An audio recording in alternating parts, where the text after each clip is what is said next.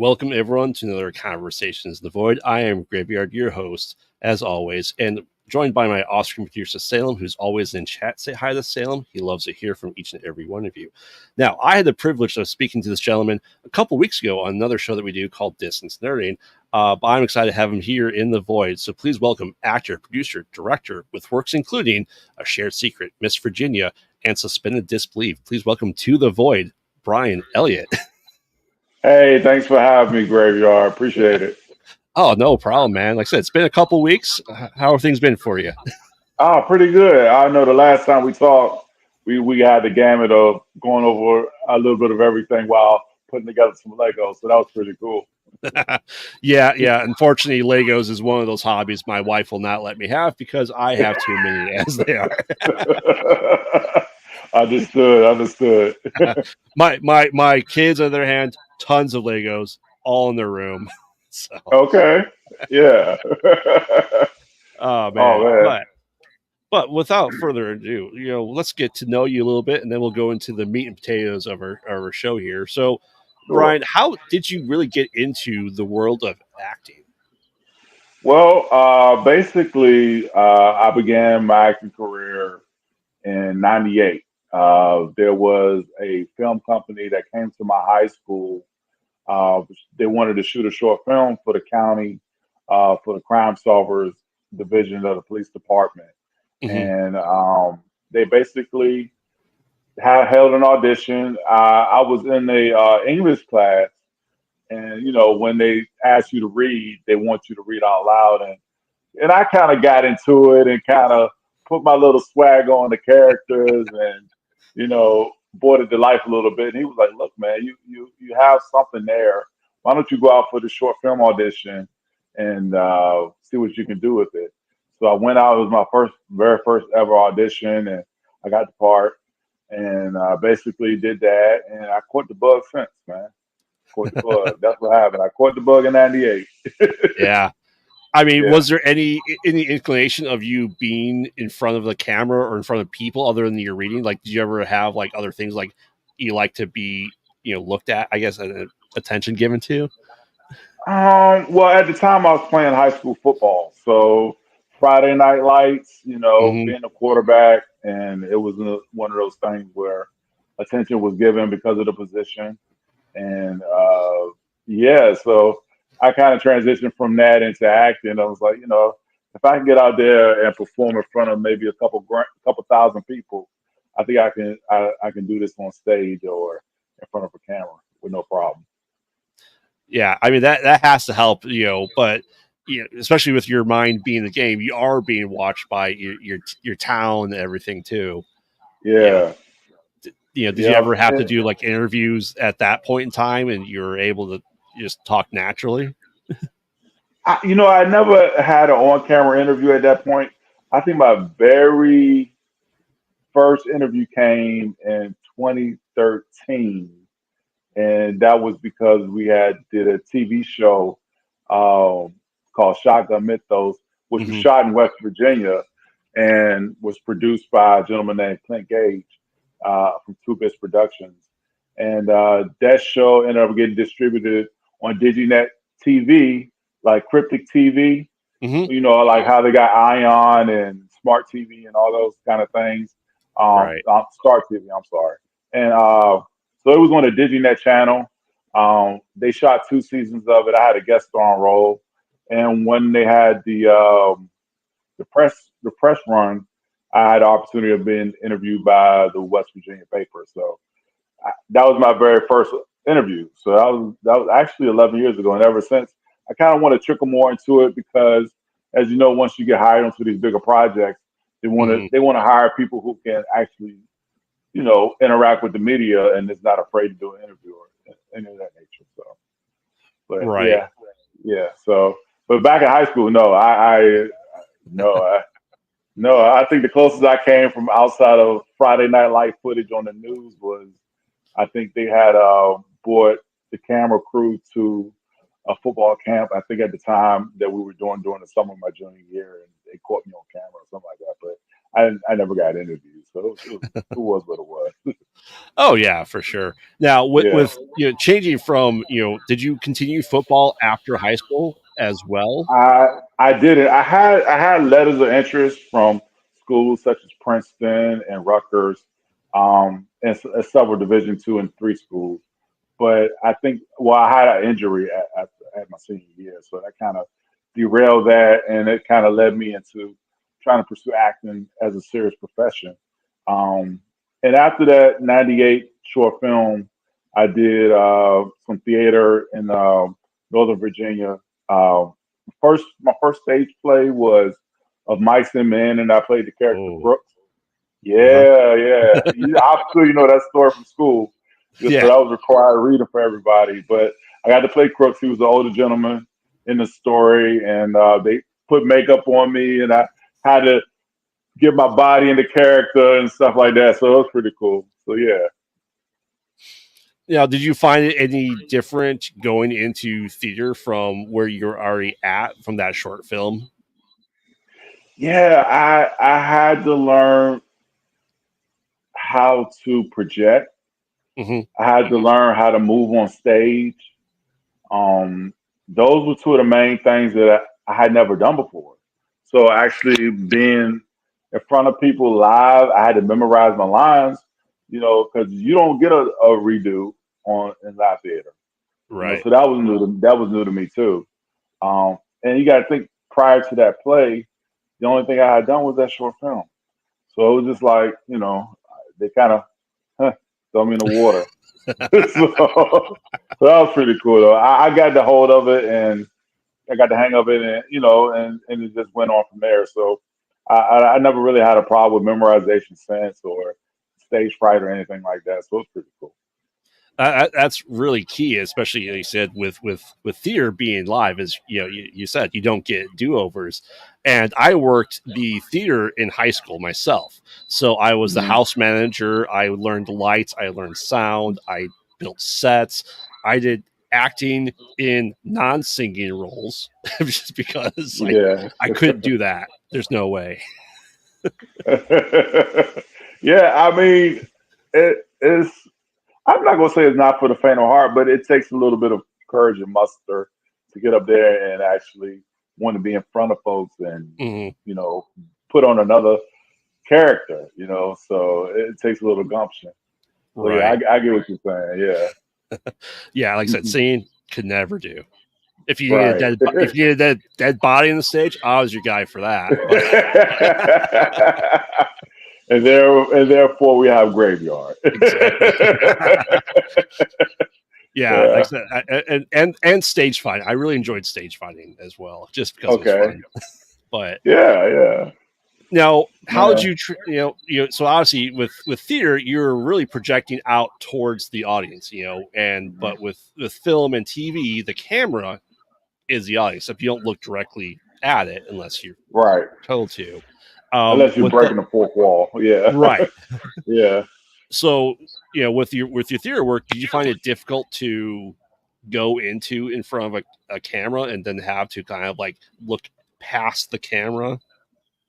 No, because prior to seriously getting into um film work, I had taken some classes.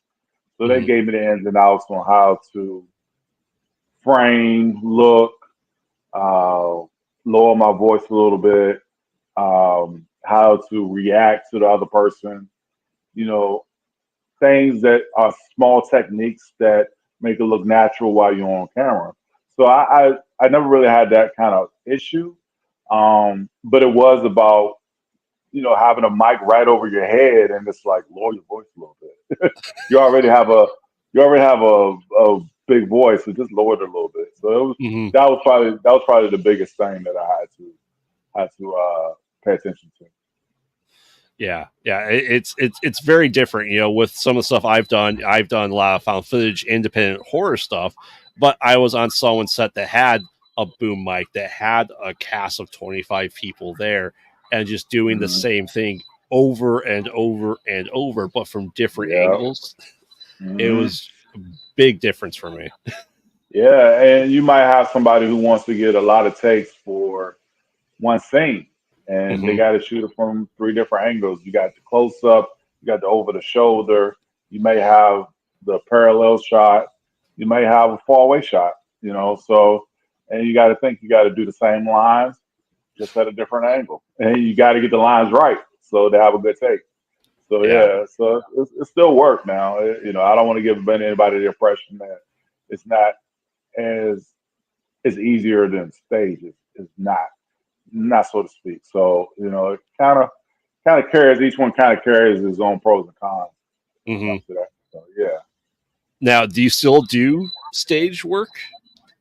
Um, the last thing I did was dinner theater. Uh, that was kind of just something for fun. Hmm. Um, but prior to that, the last stage play I did was held at a community college. This was maybe, gosh, 17 years ago. So, and then you got to think from that point on, I had done a lot of film work. But my last stage play was 17 years ago. It was called Gray Ghost, and I had to play the. I want to say it was based on a Civil War story. Okay. Was a character named Aaron Burton. I think that was the one I played, but it was had something to do with a Civil War story and it had to do with a general. But it's been 17 years. But yeah, so I, we held that at a community college, and um, I had the second to lead role, so it was pretty cool.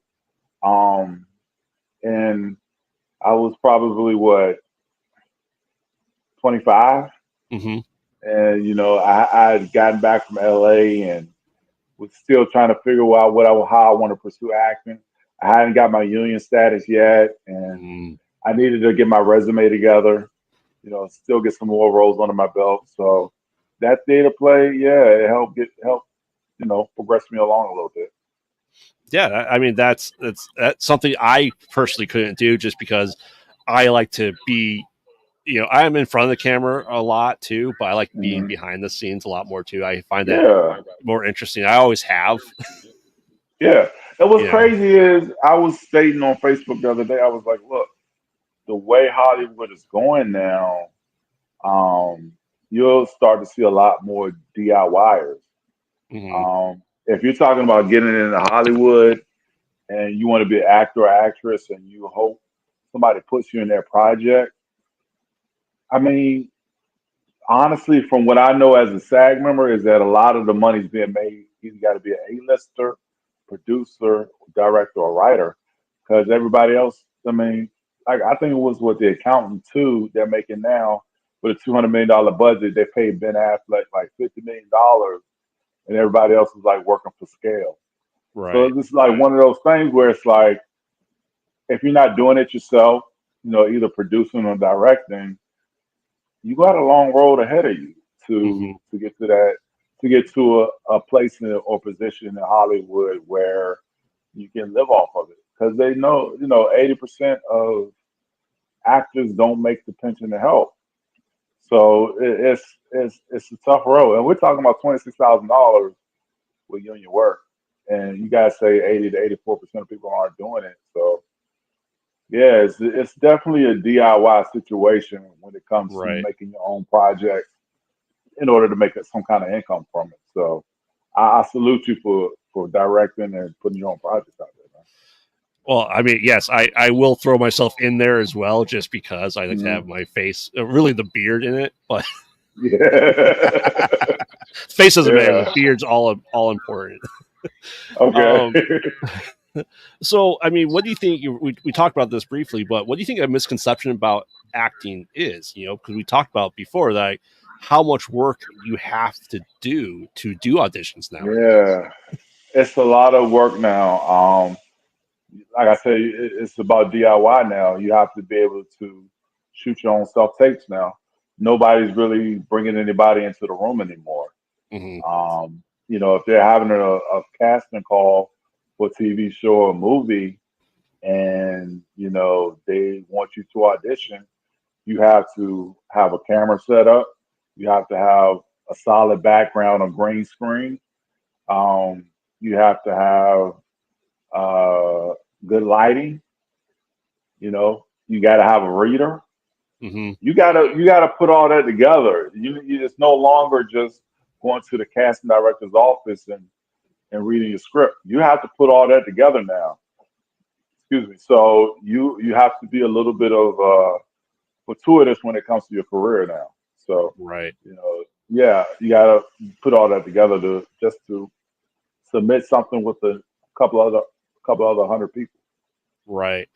Yeah, Yeah. I was speaking to another independent horror filmmaker who's just, I think, New York area, and he's talking about for his small budget movie, he had 2,000 people audition. Wow. Are you kidding me? I'm just like That's that. awesome. That's awesome. Yeah, that's awesome for him. Oh, we lost him. Oh, we That lost you there. I got you. Yeah, that lets me know right there that um the field is a little crowded. Yeah.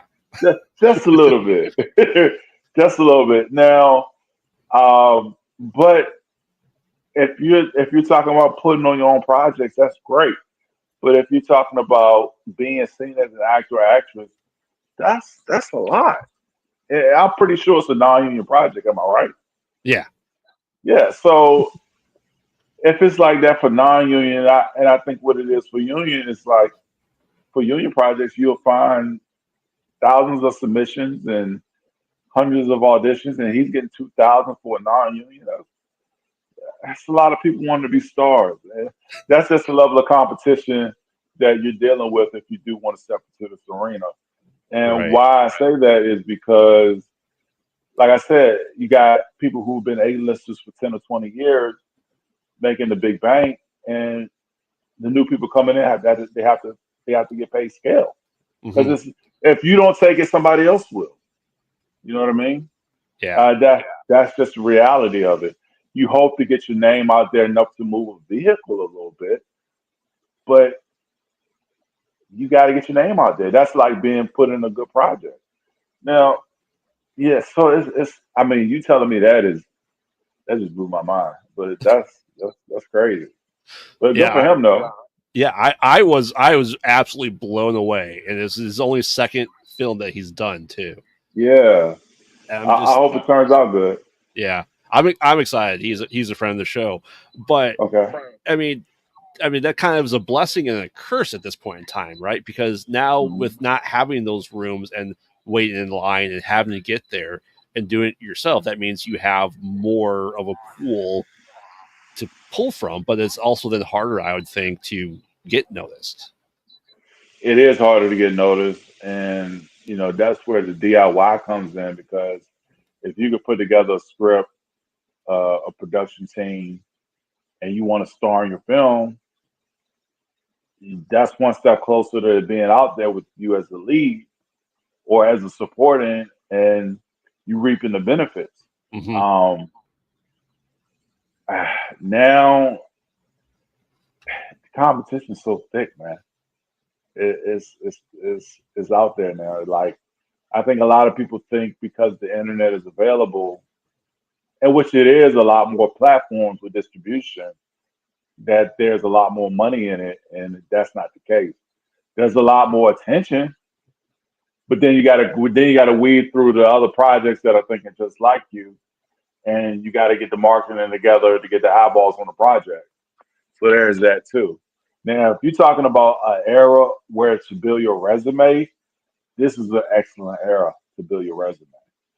I will agree with that. Like if if there's 30 streaming platforms and you feel like you can get on one of them, there'll probably be 10 movies vying for those positions. And before they even vie for those positions, they got to shoot the project. So you can put that on your resume. And there's Yeah. nothing else you can go to YouTube. You know what I mean? Oh yeah. Yeah. Yeah. So it'll get out there. So definitely a great time to build your resume. I know when I lived in LA and I needed to build my resume, I was doing student films, independent films, Hmm. and trailers and stuff like that. So, but that was LA, and that was it was a plethora of work. When I got back to Virginia back in '07, it was more or less. um, having to network to find the work, because there wasn't as many people in it today as it was. There wasn't as many people in it then as it is now. Right. So you really had to network 15 years ago to find the work in a regional hub. So yeah. Yeah. And that's why I heard too. Obviously, we met through networking people as well. Mhm. Yeah. That it really is. It's still networking. To Right. to to is a lot to do with it. But so when you're picking your roles, then with all these options that are out there, how do you pick what roles that you want to go for? Well, I do look at a couple things before I even submit, if that Hmm. makes sense. I look at the scale. I look at how much they're paying. I look at where it's at. I look at how much of my time is going to be utilized. I look at, do I even fit the specs? Um, you know, uh, those are kind of the things I look for. Um, and then is the production going to be quality? Will eyeballs get on this project? So Hmm. those are the kind of things I'm looking at. If I'm somebody who's used to getting $1,000 per role, those are the kind of things I'm looking at if I want to do an independent project. You know what I mean? Right. Now let's say it's a union project. I'm more or less right now trying to build my resume with that. So there's a difference. So I'm taking roles based on whether it's a major project. Something that I could put on my resume that looks good. Right. But let's say I'm independent. I'm not union or anything, and I've taken this as my career as a non-union or Phi Corps. I think distance has to be a factor. Um, maybe some kind of pay, maybe a couple hundred a day, Right. if anything. Now, if you're just building your resume, you'll be good going unpaid because you're trying to build your resume and get experience. So that's still cool. I did that. You know what I mean? I Hmm. did that when I was in LA. I did that and when I was in West Virginia. Going to West Virginia. Right. I did it for free because I was trying to build my resume, get experience, and then transition that resume into union work. So that's kind of how that worked. Yeah. But those are the Now, things I look for. yeah. Now, do you with being part of SAG, is there stipulations for you to go into non-union productions? Oh yeah, yeah. I mean, they don't really. What's crazy? They don't really go after people like me because I don't have a name, and it won't make them look bad. But if I was George Clooney, somebody like that working a non-union project, they definitely have a big problem with it. They definitely have a big problem with it. But and again, I'm not out here advocating for union members to go do non-union work at all. Right. So take it with a grain of salt. Yeah. But Yeah. yeah. Yeah. We are working on a movie that we're planning on. We were supposed to do this year, but we're doing next year, and Mhm. we are learning about the paperwork of hiring a SAG actor and what all Yeah. that entails. It's a lot of paperwork. I know when I first shot a pilot presentation I wanted to go union with, this was 10 years ago. And there was a ton of paperwork. Ton of paperwork. I had to have my own production company. I had to have a fully written script. So you got to have a fully written script. You got to promise to shoot it, or because they could ask you for a copy of the film. Like Mm, they might not, they might play hardball and say, "Hey, you Tab Hartley to all these people, or you're doing this for Tab Hartley. We want to see this project that you're putting out to make sure you're just not shamming us." So there's that. You got to have one member be SAG before you shoot a union production, going from never having done so before.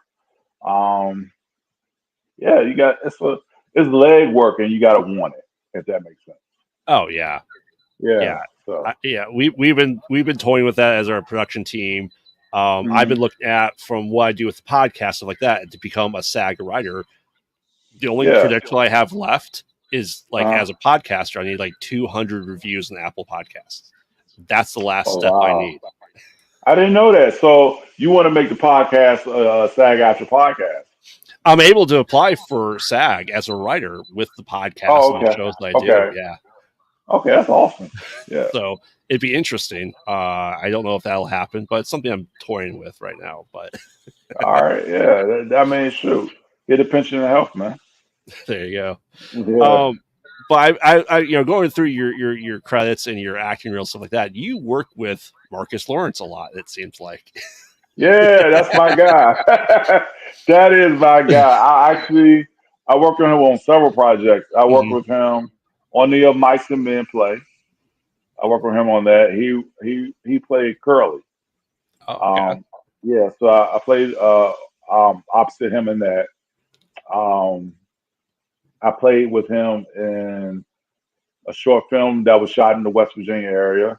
Matter of fact, we did a short film on that called Perspective. We did a feature film called Violent Karma.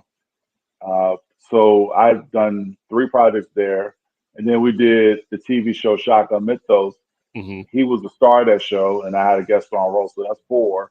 Then we shot an independent movie called Your Pomegranate, which we both had the co-star and lead. We shot that in 2014 in Northern Virginia as well. And yeah, so we've done at least five projects together. That's my guy. Yeah, So is that something that like, like I said, I was working with the Horror Dads production team, and then I got part of it, and I just end up working with the same people.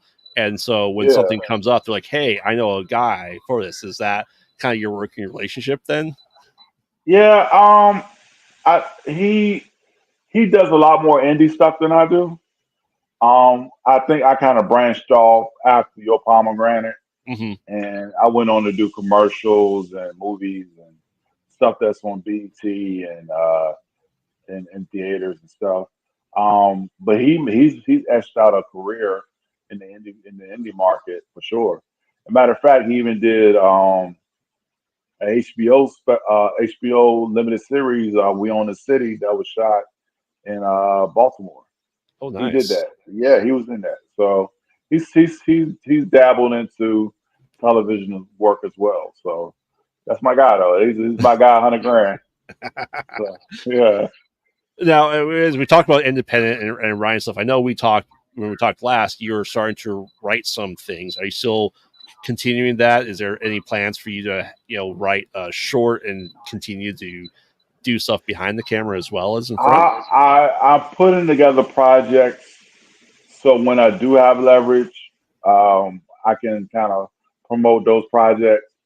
That way, let's say I do have an upcoming series that I've been cast as a series regular on, which will be put on either Netflix or Amazon Prime, Ooh. and they actually have distribution through Warner Brothers, and so we're in talk, we're in early talks about me being a series regular on the show. It's like a family positive show, and so after that series is done, maybe I could put my own out there after Mm, it's appeared on Netflix or Amazon Prime. So that's kind of what I'm doing with the writing that I have done now.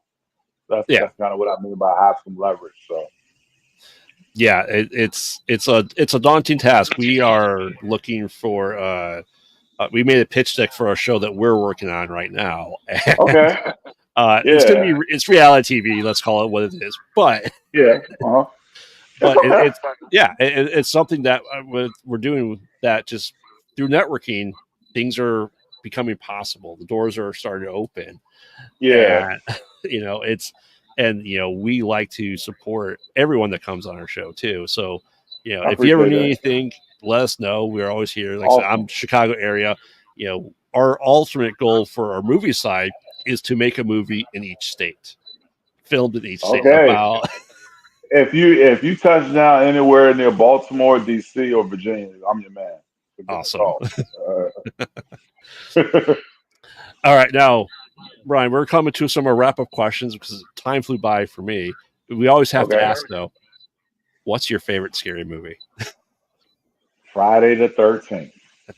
Jason Voorhees. I um I used to when I was in middle school. Uh, would go ride my bikes with one of my best friends during the summer, and we would go to the movie rental place. This is when they actually have movie houses, and they rented movies to you. So yeah, I'm that old.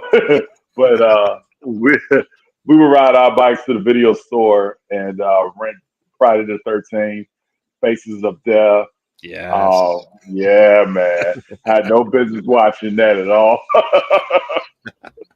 But we would rent those kind of movies, and yeah, so that was kind of my foray to it. You know, a little bit of Michael Myers, but a lot of it was Friday 1 through 5. I think at that time, or 8.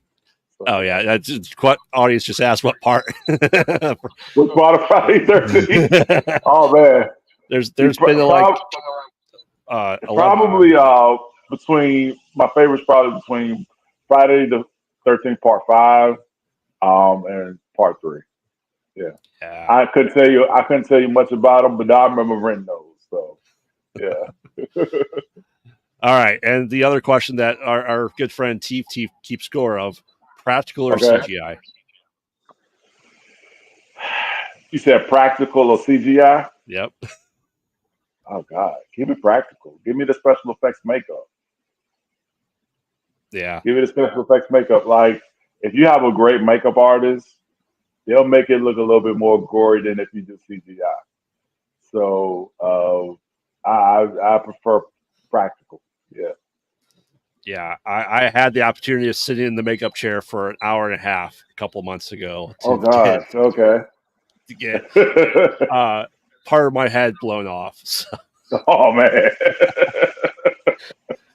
I'm excited for that. It was a pain in the butt to take off because Okay. it was the liquid latex that had to dry and Oh set. yeah. Okay.